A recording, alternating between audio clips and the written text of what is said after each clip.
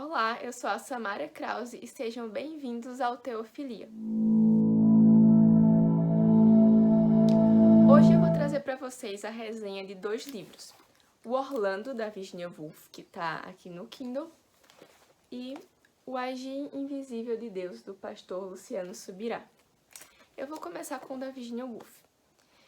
Esse livro trata de uma pessoa chamada Orlando, que era um homem durante a era elisabetana, e do nada, sem nenhuma explicação, ele se torna uma mulher, mas não só isso. Ele vive por muito tempo, até o início do século XX, o que também não é explicado no livro. Mas a intenção da autora não era explicar isso, era só chocar, tratar sobre papéis de gênero e coisas desse tipo. Ela é uma modernista, foi representante do Bloomsbury Group, que era um grupo de intelectuais na Inglaterra do início do século XX, e que tenta trazer novidades para a literatura. Ela ficou muito famosa pelo chamado fluxo de narrativa, então à medida que o autor vai pensando, vai escrevendo. Não há uma preocupação com aspectos formais ou com o sentido, o que eu particularmente acho muito ruim. Ela tenta trazer uma beleza estética, mas ela falha muito nisso, na minha opinião, porque ela tenta escrever de uma forma poética, mas despida de significado. Então ela apresenta imagens vazias. É completamente diferente de Oscar Wilde, por exemplo, que traz uma linguagem muito bela e que é coerente com o texto. Então o Wilde também faz críticas à sociedade vitoriana, como a Virginia Woolf faz. Também tenta chocar, de certa forma, especialmente ali com o retrato de Dorian Gray, mas ele é coerente, ele tá passando um significado para o leitor. O leitor não se sente perdido. Eu me senti decepcionada lendo o retrato de Dorian Gray, porque eu esperava outra coisa. Eu não sabia tanto sobre o livro, eu nunca quis saber muito, porque eu queria me surpreender. E me surpreendi, mas não da forma positiva, porque eu esperava uma coisa mais metafísica e mais mística em relação a Dorian Gray, e não é isso que o livro traz. Mas de um ponto de vista estético, o livro é muito bem construído. Então, Virginia Woolf, ela não tem essa mesma qualidade do Oscar Wilde. Ela tenta imitar ele, na minha opinião, ela tenta imitar em alguns pontos, mas não se sai muito bem. Eu li outro livro dela recentemente, que foi uma coletânea de ensaios. Se eu não me engano, se chama O Sol e o Peixe, ou algo bem parecido. E também achei que ela fala demais sem ter nada interessante a dizer. Então essa é a minha opinião sobre Orlando, um livro muito ruim. Sobre o modernismo, eu não vou descaracterizar ele completamente, porque tem umas pessoas interessantes nesse movimento, especialmente o T.S. Eliot.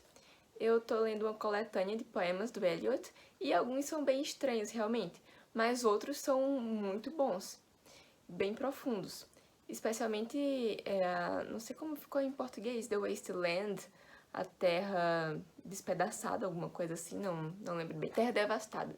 Um poema muito profundo. E ele tenta resgatar um pouco do classicismo, mas também tenta trazer umas inovações estéticas da literatura, que no caso dele foi sim muito bem construído. O Ezra Pound também, não sou particularmente fã dele, mas ele também traz inovações que foram boas para a literatura.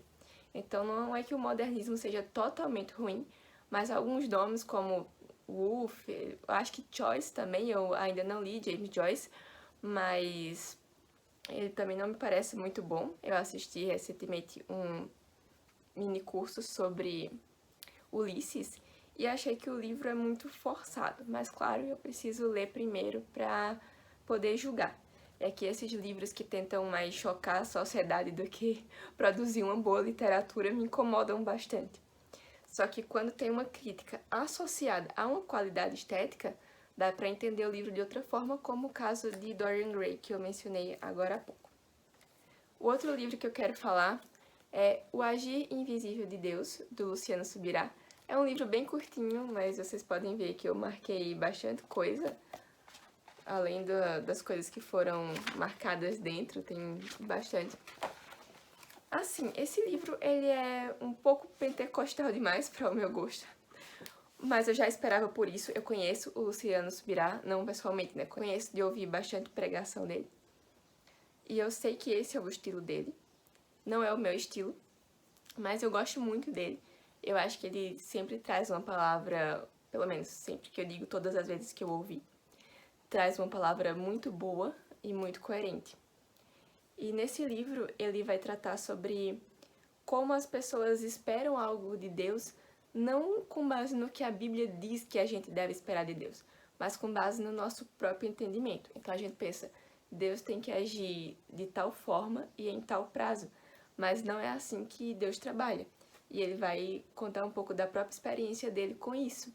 Ele vai chamar de tratamento o que Deus faz com algumas pessoas, como no caso dele, que sofreu um acidente quando o ministério dele estava indo de vento em popa, quando parecia que ele era blindado e nada poderia dar errado. Então tudo foi por água abaixo, por assim dizer. E ele ficou revoltado por um tempo, mas fala como Deus foi tratando ele, inclusive corrigindo uma base teológica dele que estava errada.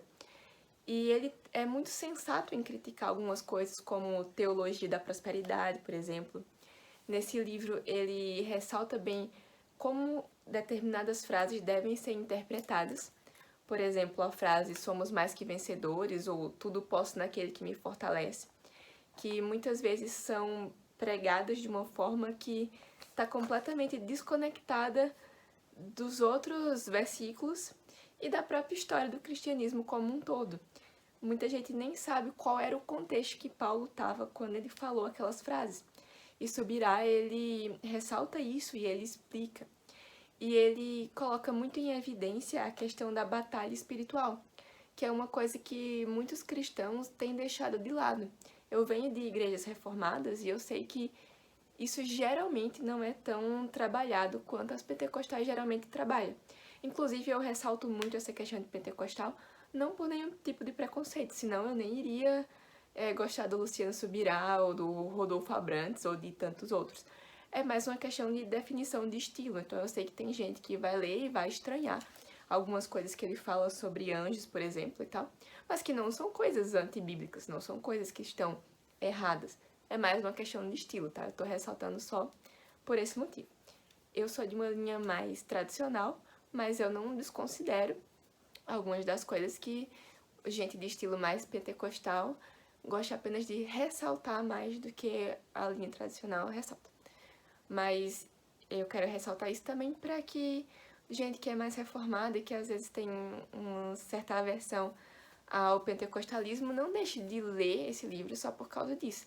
Afinal, qualquer livro a gente deve ler com críticas, até se for livro de, sei lá, Nicodemos ou Hernandes Dias Lopes. Nenhum é perfeito, nem Subirá, nem eles, então a gente sempre vai ter críticas e a gente sempre pode aproveitar dos dois lados. Esse livro eu usei ele como complemento do devocional.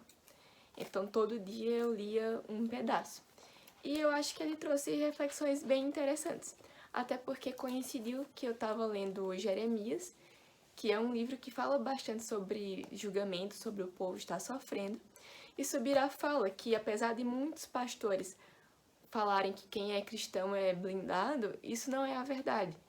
E que a nossa vitória, ela se dá de uma forma diferente.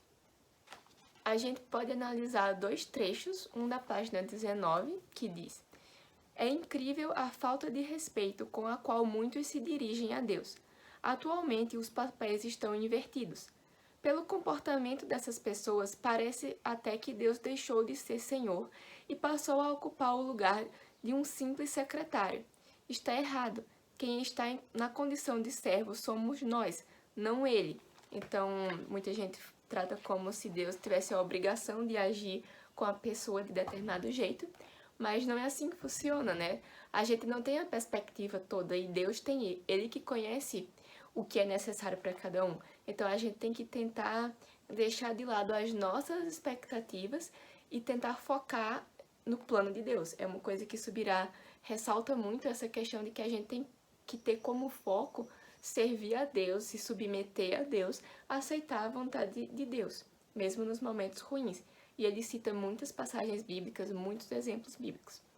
A outra coisa para a gente analisar está na página 65, que diz: Se há algo que precisamos entender melhor, é o que é vitória e como e quando ela ocorre na nossa vida. Vencer é prevalecer sobre o inimigo na batalha.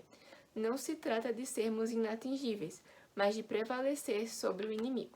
Subirá chama de castelos espirituais a posição de vários crentes de se colocar como inatingível e como aquele que vence todas as batalhas por si mesmo, pela sua própria fé, mas não é isso, é Deus que vence a batalha por nós. Mas nós temos que conhecer bem qual é o plano de Deus, e isso só se dá através de um conhecimento bíblico. Então é algo que eu acho bem interessante da fala de Subirá, sobre ressaltar esses pontos.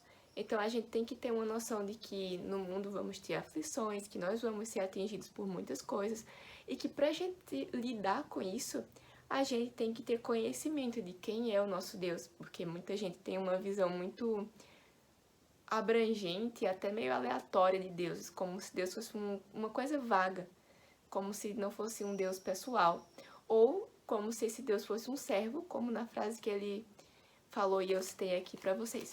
E são perspectivas erradas. No livro de Oséias, o profeta fala: meu povo perece por falta de conhecimento. Então é importante a gente ter esse conhecimento para que a gente possa ser fortalecido e que a gente possa enfrentar essas situações. Subirá também fala que Deus trata aqueles que são servos dele. Então, às vezes você está passando por uma dificuldade porque Deus quer abrir o seu olho para você perceber alguma coisa e corrigir.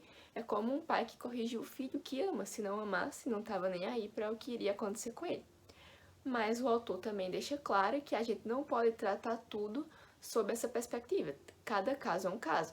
Às vezes é porque Deus está querendo chamar sua atenção para algo, outras vezes não. Outras vezes é dano colateral do erro que outra pessoa cometeu, por exemplo, um acidente que você sofreu, não foi o caso dele, mas em outros casos é porque alguém que estava dirigindo bêbado passou, coisas do tipo. Então não dá pra gente colocar tudo no mesmo barco. Cada situação é diferente. Mas que para todas as situações a resposta é a mesma, que é manter o foco em Deus, estar consciente da batalha espiritual e buscar sempre ter o conhecimento da palavra de Deus. Então, esse sim é um livro que eu gostei bastante e que recomendo. Até mais. Olá, eu sou a Samara Krause e hoje eu vou fazer a resenha de 2 livros